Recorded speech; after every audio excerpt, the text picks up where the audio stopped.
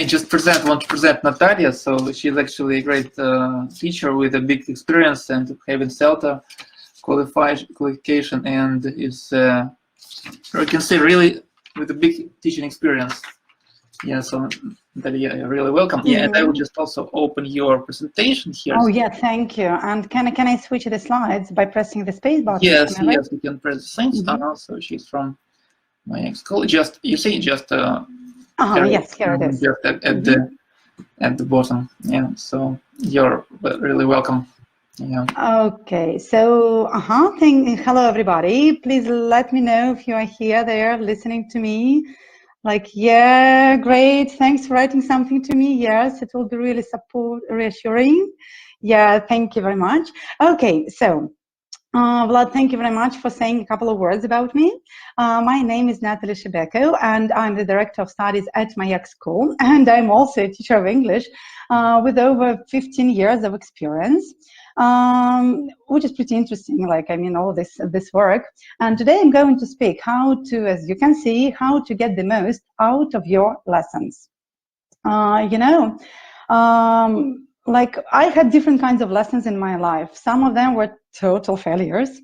Some of them were pretty good, even awesome. The point is that I came to an understanding that, oh, I can't switch the slides. How can I? I guess I need your help, Vlad, because I can't switch my slides. You can see only the first slide of my presentation. Yeah, just from the top, you can see just, you should see just arrows, just to the left, to the right. I press the arrows. No, I can't. Yes, here they are. Okay, thank you very much. Yes, so for the interruption. So, successful learning requires the learner's full involvement into the lesson. Without it, anything can happen. Like, to me, this is true. And it is really important to have your students involved, engaged, and eager to work and to do something. And today I'm going to look at how to ensure this, and what is more, how to ensure the connection from one lesson to another, and moreover, how not to forget about the homework assignments. So, coming to homework, do our students love doing their homework? The answer is definitely, as you can see, no. Do they love checking it? Strangely enough, my answer is yes. And to me, this is not a question, like, it is not disputable. Of course, everybody loves being evaluated for what he or she did, for the efforts they put into some tasks. So how not to ruin the lesson, how to make homework assignment student-centered, this is pretty tricky. So this is how I try to involve my students into checking homework assignments. Of course, I don't want to do all the work myself. The point is that, especially, I don't want to do all the work myself. So we look at, today we're going to look at different kinds of assignments we give to our students. And the first one is writing. My concerns with checking written tasks. Sometimes it is not student-centered at all. So I do all the correction, just give back the works, and students basically like throw them away, forget about them, and don't learn anything from my corrections and from my work. Then sometimes there is no connection to the previous lesson. It can be lost, and it requires a lot of efforts and a lot of time from me personally. So how I deal with it. This is a task, a pretty average task, which I do with one of my groups. So we work with eyes open for, as you can see here. And the task is to write an online review. The book is pretty nice. There are a lot of preparatory tasks. They help you like smoothly, logically lead you towards doing the task and writing the review. And that is what my students had to do. The reviews were to be done, were to be written, of course, and to be sent to our WhatsApp discussion, which I have with this group So that was what I received from my students. Some of the works, as you can see, are written by hand. Some of them are typed, and they were all submitted and sent into our chat just before the lesson. I didn't have the time to look at them beforehand. I had to deal somehow with this, and that was what we did. So in the lesson, I told my students to open the book, and luckily enough, there was some kind of self-revision task at the end of the book. Here it is projected. And I wanted my students to focus on what they did, to learn from their peers, to learn something, to switch on the analysis in their brains, in their heads. So the task was to look at a certain work which I had chosen before the lesson and projected on the screen. It was visible to everybody. I shared my screen, and the task was to compare this work to the requirements in the book. As you can see, there are some bulletin points there, and the task was to check if all the requirements are met successfully. If not, then what was missing. Then it's really important, I believe, that we shouldn't forget, our task is not to find out mistakes, but to focus on strengths, on things which kids can do best of all. And that is my main concern, to teach them how to learn from the others, to pick up some good things which their peers and colleagues can do. So to focus on strengths and to check if anything needed corrections and some improvements were required. We did something all together. This is how it looked like. That was one of the works which I chose. So right now it's pretty neat. There are only 2 colors, but during the lesson it was pretty messy, because kids worked on their own. They chose different colors. They highlighted interesting moments. They highlighted something which they thought should be done differently. As you can see, available, a verb is missing, some commas missing, some grammar mistakes, and so on. But also, of course, they focused on what the author did well. And that was cool, because first of all, it ensured all group work at the same time. Then it was a chance for everybody to see what they did well, what they were better at comparing to other students in the class, what areas they had to work on more. And this task was done in the class all together, and as a home assignment, each of the students received a work of their colleague, of another student in the group, which they had to kind of evaluate, analyze, in the same way we did all together in the class. So that was really useful, because it allowed students to focus on the requirements. Then it ensured them. And ensured rotation of the vocabulary, revision of it. As the previous speaker mentioned, this is of crucial importance, and it is true. It is. I can't deny this. This is what I also do with my students. So before the next lesson, I received some of the replies and answers. Each student was supposed to come up with 1-minute presentation of his assessment, evaluation of his colleagues' work. So some of them did this orally, some of them that preceded this with writing. I didn't set any particular requirements here. The only task was to be prepared, not to think spontaneously, to look at it thoroughly at home. That was great.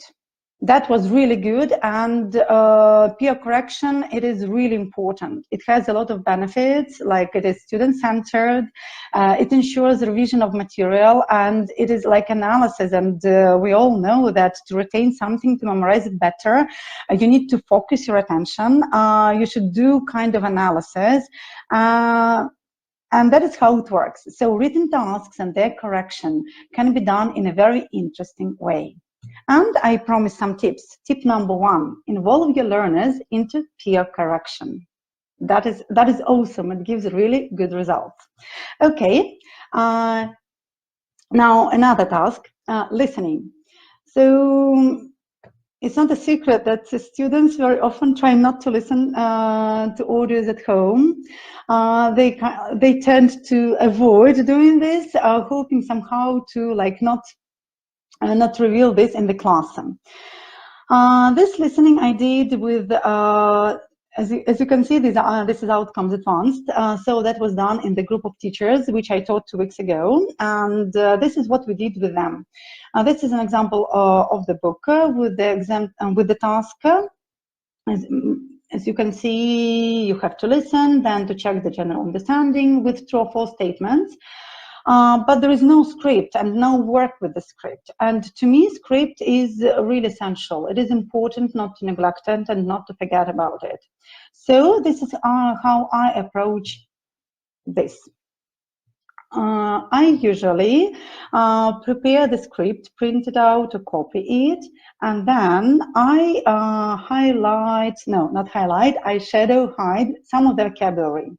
Depending on the aim of the lesson, this can be different elements. This can be some collocations, some interesting word combinations, some vocabulary which I want my students to retain, to focus on. These can be some grammatical moments like interesting usage of a tense, or some preposition which is usually forgotten. So I hide all these interesting moments and give my students a task to memorize what was said and what was mentioned here in the listening. And it can be done in different ways. I mean, like, how we do this can be done in different ways. So sometimes I tell them to do this individually and to submit the answers to the chat. Sometimes we do it together as a group, and after every guess, we like put away, as you can see, some of the bricks, they are moved, they are shifted. We move away the bricks and to see if our guess was correct or incorrect. This task is pretty challenging, really challenging, and it requires a lot of effort. It can annoy somebody. Of course, like, oh, come on, I don't remember this, what can I do? But this is great because it creates this challenge which is necessary for growth. Of course, like, without these challenges, without difficulties which you need to overcome, you can't feel this achievement. You can't evaluate your own progress, to compare what you learned to what you didn't know before the lesson. So script. Another way of working with a script can be seen in this picture. And here is a script, not of an audio, but of a video. And this is a teenage group, and they had a task of to watch a video. It's pretty boring to narrate the plot of a video in the group. It's not interesting at all. So the task for them that time was to look at the video again. No, actually not to look. I divided them into groups and gave them a script of the video which they had watched at home. And the task was to act out a presenter or the narrator of this video. They covered the script, they repeated it as a group. Then they watched the video again. And after that, I muted the video and asked them to narrate ours, to comment on what was going on, of course, without looking at the script, and ensure coherence of this task. So it was impossible for only one person in the group to speak. That should be done as a group, and that was tricky. That was funny. Students laughed a lot. Some of them forgot their words. The others whispered. But thus, everybody was involved, and everybody like kept working, and everybody felt really, really good and felt part of a team. So the tip here, work with the script, and it can be done in various ways. It can be done for retention of the vocabulary. It can be done for creation of other tasks, but please do not neglect it. It is an essential part of activities. Okay, another skill we are going to look at is speaking. So here, for me, visual supports are very, very important. So you can see a group of kids, they are doing some speaking, and if I'm not mistaken, they're discussing some jobs at that moment, and they are holding cards with kids, of course, doing these jobs. And you know, all this brought excitement and excitement into the class, because they had to make up their own stories about these kids in the photos and the pictures, and they had a lot of fun discussing all this. So just basically inserting a picture or a funny visual into this task made it much more interesting and exciting. But like, we quite rarely in our life do speaking basically for the sake of speaking, just to speak, to say something. This is usually a moment for, yeah, thank you for commenting. You know, the script is very useful. Yeah. So coming back to speaking, when we speak, we usually try to convey some of our thoughts and ideas. Then we need some info from our partners. We want to find out something, and this is what I try to restore in my lessons. As you can see in this photo, a boy is holding something in his hand. This is a card, but there is a sticker attached to the background of this card, because very often prior to speaking, we do some writing. First of all, I want to involve my student into the task. I want to switch on the necessary vocabulary. I want them to focus on some target vocabulary, on special structures, and we do write them down. We can write down various things like main ideas, target vocabulary, some collocations, even grammatical structures, and thus they are kind of led into the task, led into the speaking. They feel much safer, they feel much more confident, and they can use this and somehow like cast an occasional glance at them in their communication. So, and all these notes which we did before, which we do before the speaking, they form the basis for our speaking activities, and it becomes not just speaking, but combination of speaking with different with other different things. Speaking can also be done and mixed with other activities in this task. For example, now this is a task from Fun for Movers. So this is an exam preparation book. And there is a task, as you can see, here it can be seen a little bit better. So kids at home had to divide statements into those referring to a village and to a city. It could be pretty boring to just sit and read this aloud, their info aloud in the class. I guess like nobody likes doing it this way. And I also wanted like writing, not again for the sake of writing, not just to do this writing, but to retain something and then to be able to use this construction in the normal communication.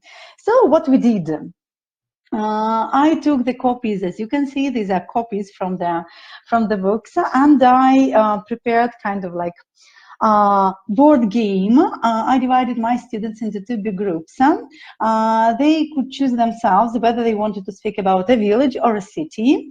The task was to make grammatically correct statement. Yes, I focused on accuracy at this time, and also to make it a normal statement, not just a phrase, not just an utterance, but logically connected and meaningful thing. And for every good utterance, every good sentence, they received a tick. To extend it even further, when they when we covered all their speaking activities, when we did all the speaking, they had nothing else to say. I allowed them to open their books, to look through what they had written at home, and to add something to their opponents' ideas, something which hadn't been mentioned before.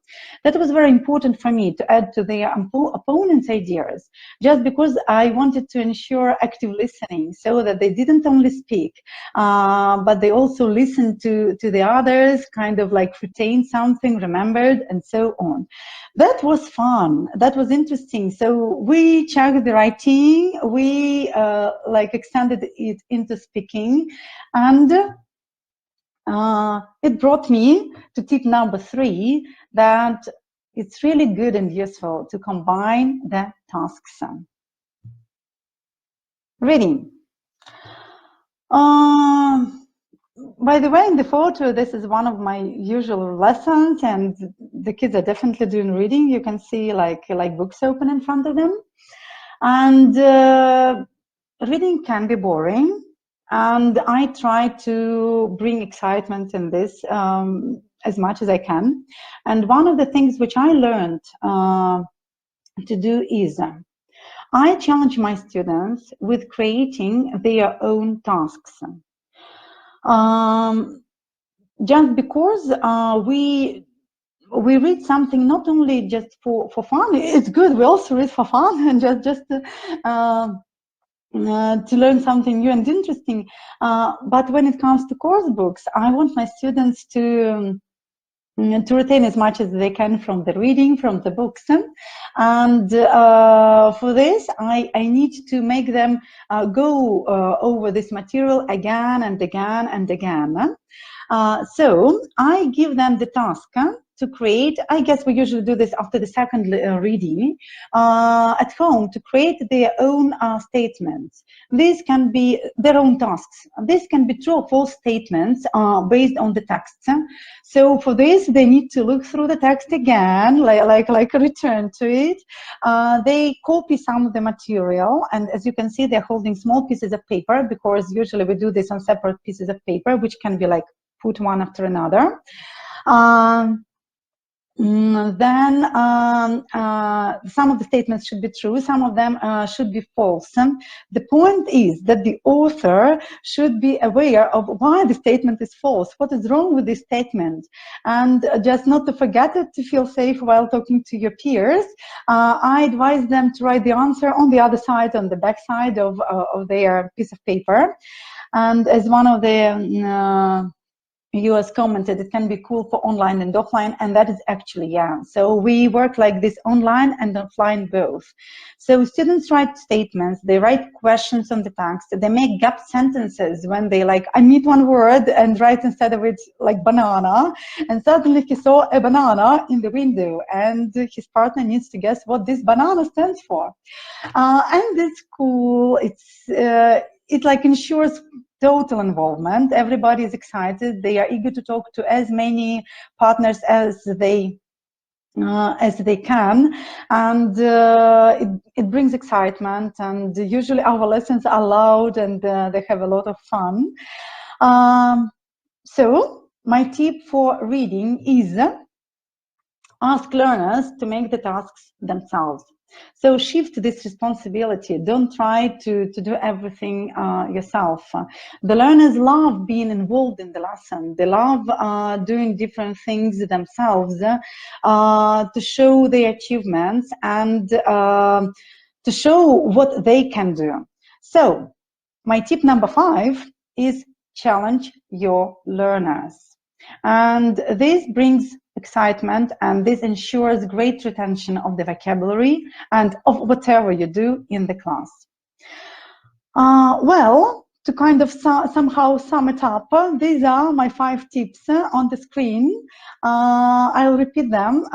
So involve your learners into peer correction or peer work, peer evaluation. I can say, don't neglect the script, work with the script, combine the tasks. Just use them in multiple combinations. Then ask your learners to make them tasks themselves. And of course, constantly challenge your learners. They will be so grateful for this. I hope that was useful, and that some of these tips you can use in your classes, both online and offline, because I tried to present those which work both ways. And Thank you for your attention. If you have any questions, you can write them in the chat. I'll answer them like eagerly. Yeah, thank you for your thanks. That was nice to see and to see your comments. Vlad, I guess I finished on time. I guess no questions. I can see a question. You have a question? Yes, I can see a question, but the question like ran away from me. Can you repeat it? I saw it. Yes, your students make their own tasks only at home, right? Or not during the lesson? This is a good question. You know, for the first time, whenever I introduce something new, I always do this in the class. I never like set my students explore and do this on their own. Like it's unfair towards them. So for the first time, we do like they do their own tasks together with me in the class, and that is like, for example, I tell them, okay, now look at this sentence. Please close one word and try to recollect what it is. Okay, write it down. So we do this all together, and then. Maybe the same as I showed in with the reading. So for the first time, we do this all together as a class, and then they go home and they do this on their own, and we like use this. It can be even used as a warm-up to the lesson. Like before you start working with the text, doing some tasks on the text, students like talk to each other if it is an offline classroom. But even online is also good for this. They just go into different rooms. They chat, they communicate. I look at the questions they made. I look at the structures. I look at their answers. I make some notes and I take a look if anything needs to be corrected. For example, sometimes they forget how to make questions and I never correct them while they are doing this task, the speaking. I just keep it in mind and just make notes on what should be revised next time. So this is pretty useful. Yes, Natalia, you mentioned very good that you give a lot of home assignments that they need to do by hand, right? So they need to write, just anyway, and then the other person, like peer, so we'll check another task, so it's really good. Yeah, we do a lot of writing, both in books, because all my students, they have their printed books, because we usually started offline, like people as offline groups and students, and even without this, I ask them to do some writing, yes, because I believe that this is of utmost importance to do writings, to check. Just this work of hand, these motor skills, they're essential. Yes, so that's really true, and especially nowadays that we are just going online, and just even the conference, it's called offline online, that we need to combine, both types. But it's impossible just to do anything only online, I guess, because like our life, in our life we make so many notes by hand that we shouldn't forget about it, and we should set this like in our As Tom also mentioned, you see that he said that we need so person will be independent if they work with his hands. You see, will do something, because if you do always online everything, so just you really work, you only practice one thing, or typing something like that. But if you write down something, or you understand, you analyze, it's really important nowadays, and we need to really. Yes, I agree, and here I'm absolutely with the previous speaker. So I guess like our presentations are very, very similar in a way. Of course, I do believe that workers should work at home. They should work I also urge individual students' work. I think it's important for progress to do some work on your own at home, then to do some writing, to make some notes, and to make challenges, because you need to step by step move forward to make progress and to grow. Anything else? Somebody asks about the presentation. Yes, of course, you can take it, you can share it. This is why I made these tips and I put everything here. So yes, I will share the presentation right now, in this chat. So how long? I can see a question. So how long does a lesson last at my institution? Activities do I manage to use? Okay, so the length of a lesson depends on the level of the group. If these are like 7 So we have groups of different levels. If these are learners below A2 level, the lesson lasts 45 minutes and we have them twice a week. If these are, we call them like flyers, A2 learners and above, the lesson lasts 60 minutes and it also twice a week. And usually the lesson is very active. It is like the speed of the lesson is pretty high. It is packed with different activities. We work in books, with books. We do a lot of work with the books, but we also try to lift material from the pages because it's impossible just to sit looking all the time at the books. We need to communicate, we need to do different things.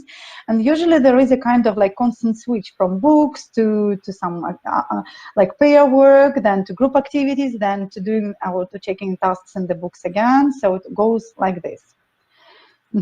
So I can see Vlad's presentation. I think it's Vlad's turn. Yeah, thank you very much, Natalia. So thank you. Okay, Anna, I can see that Anna Khrushcheva asks me about like tricks for checking homework at one-to-one lessons. Yes, I have, but I guess it's now Vlad's time. No, you can answer the question. So actually, the activities which I showed here, they also work in one-to-one lessons. Even peer correction, because in this case I ask my student if it comes if we do need to do some writing, because like one-to-one lessons they are a bit different. I usually adjust them to my students' requirements, and if we need to do like to check this homework in an interesting way, I ask my students to predict how many mistakes the students may have in the home task and why, the moments when he or she felt tricky. So if we check the listening, I do this thing with the script. I shadow some parts of the script and then we look at it all together. Sometimes I like present the answers, but some of them are mistaken with the mistakes, and we together try to find where a stupid teacher made a mistake. Sometimes if my student needs to learn something, to memorize something, I ask my student to teach me. For example, if this is like, in what cases do we use present continuous? Okay, you know, I don't know anything. Can you tell me how can I use like why at this moment I'm saying I'm looking at you, not I look. So when they need to make efforts, it makes them think. And every moment of think, it is useful, it's priceless. It teaches students a lot. So I like give challenges to them at all as well. Yeah, thank you very much. Thank you very much.